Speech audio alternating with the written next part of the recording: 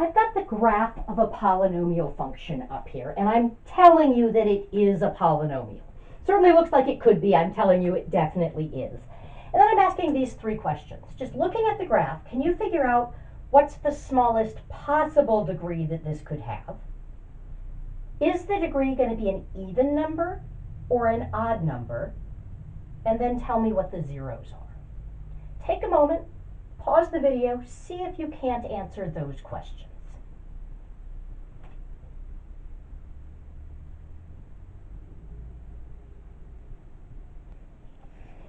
For the first question, I know that the number of turning points can be at most one less than the degree. So the degree has to be at least one more than the number of turning points. So if I look, there's a turning point. We change direction here. There's a second, third, fourth. So there are 4 turning points. So the smallest possible degree would be one more than that, 5. Is the degree even or odd? Now I'm not looking at whether this number is even or odd because I don't know if that's right. That's just the smallest possible one. What I'm looking at for that is the end behavior. Here we're going towards negative infinity. Here we're going towards positive infinity. Different end behaviors, it's gotta be odd. That will always be the case. If the end behavior is the same, it's even. If the end behavior is different, it's odd. And the third question I ask is, what are the zeros? Now just be careful here because this was mostly a vocabulary question. I fully believe that you're capable of reading those 3 points. Remember, the zeros are just the x values of the points. So -3, 1, and 10. The x-intercepts are the ordered pairs. -3, 0, 1, 0, 10, 0. The zeros are just the x values of those. I want to point something out about these zeros. Notice that the zeros are places where this function changes sign. The y values of my function are positive when we're above the x-axis, and they're negative when we're below it. Notice here, my y values change from being positive to being negative. Here, when we hit this 0, my y values change from being negative to being positive. And when we hit this 0, the y values change from being positive back to being negative again. Okay. And if the graph of a polynomial is going to change sign, it has to do that by crossing through the x-axis. It has to do that at a 0. That's because, remember, we said the graphs do not have any breaks or jumps in them. So it can't jump over the axis. It has to cross through it. And that means there's going to be an x-intercept, and the x value of that will be a 0. Now, I'm going to take advantage of that working in the opposite direction. If I can figure out what the zeros of a function are, I should be able to figure out where the graph will be positive and where it's going to be negative. Let's suppose I have f of x equals 2 minus x times x plus 1 times x plus 3 squared. Okay, so I've given you the polynomial here in factored form. If I wanted to find its zeros, if f of x is equal to 0, that means the product of these things is equal to 0. But if 3 things multiplied give me 0, one of them is 0. So either 2 minus x is 0, or x plus 1 is 0, or x plus 3 squared is 0.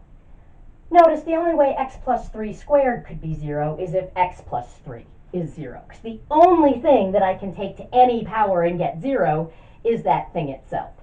So if I have something like this, a linear factor to a power, and that's 0, all I really need to do is set the linear factor equal to 0.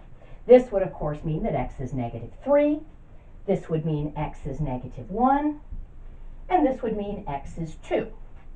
So those are the 3 zeros that I have for this function. Now what I'm going to do is I now know those are the locations of my x-intercepts. So that tells me 3 specific points on my graph. So if I were graphing this function, let me just write down, we've got 2, -1, and -3. Okay. If I'm graphing this function, at this point, I know I'm going to have an x-intercept at the point 2, 0, at the point -1, 0, and at the point -3, 0. You'll notice that divides the x-axis up into 1, 2, 3, 4 subintervals. These three places are the only places that my function's y values can change sign, because I can't jump across the axis. If I'm going to change sign, I have to pass through it. So I'd kind of like to know, over here to the left of -3, is my function up here with positive y values, or is it down here with negative y values? Between -3 and -1, are my y values positive or negative? And I can test that. What I'm going to do is test that with just a number line. I'm basically going to copy this x-axis, and I'm just going to mark off my 3 zeros, -3, -1, and 2. And then I'm going to record the sign of each of these factors, 2 minus x, x plus 1, and x plus 3 squared. Do be very careful. It's not just x plus 3, it's x plus 3 squared. I'm going to take a look at the signs of each one of those factors along each of these little subintervals. And then I can put that together to figure out the sign of f. So, if I'm to the left of -3, I know that none of these factors changes sign on that interval, because if they did, the function itself could change sign, and it can only do that at these places. So I'm just going to pick a test number.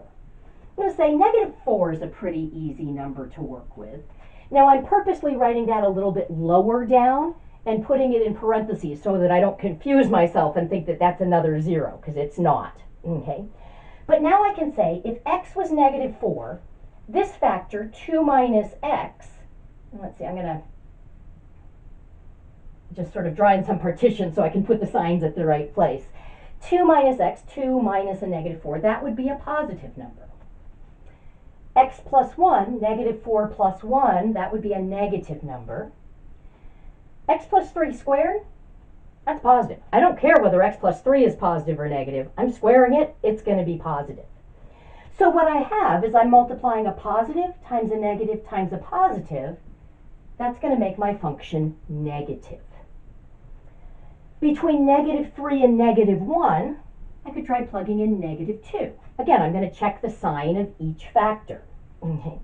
So 2 minus a -2 would be 2 plus 2. That's positive. -2 plus 1, that's negative.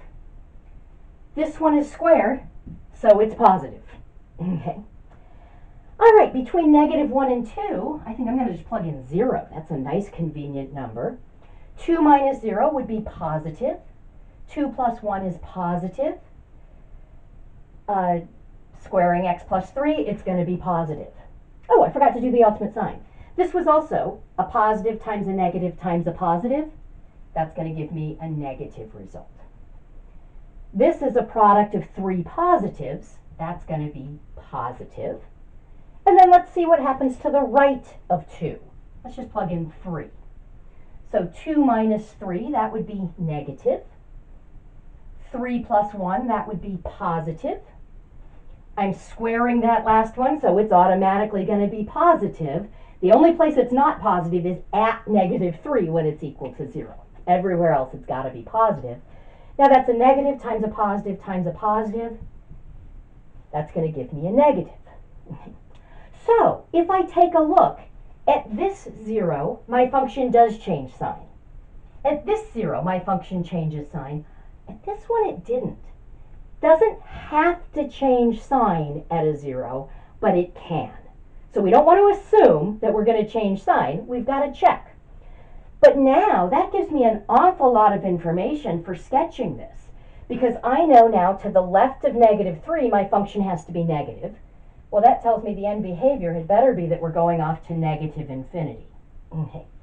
Between -3 and 0, we've still got to be negative. So what that tells me is that I don't actually cross the axis here. We're going to have a turning point right there at a height of 0. But then I've got to come back. So I'm going to be negative in between -3 and -1, but I've got to come back to be 0 here.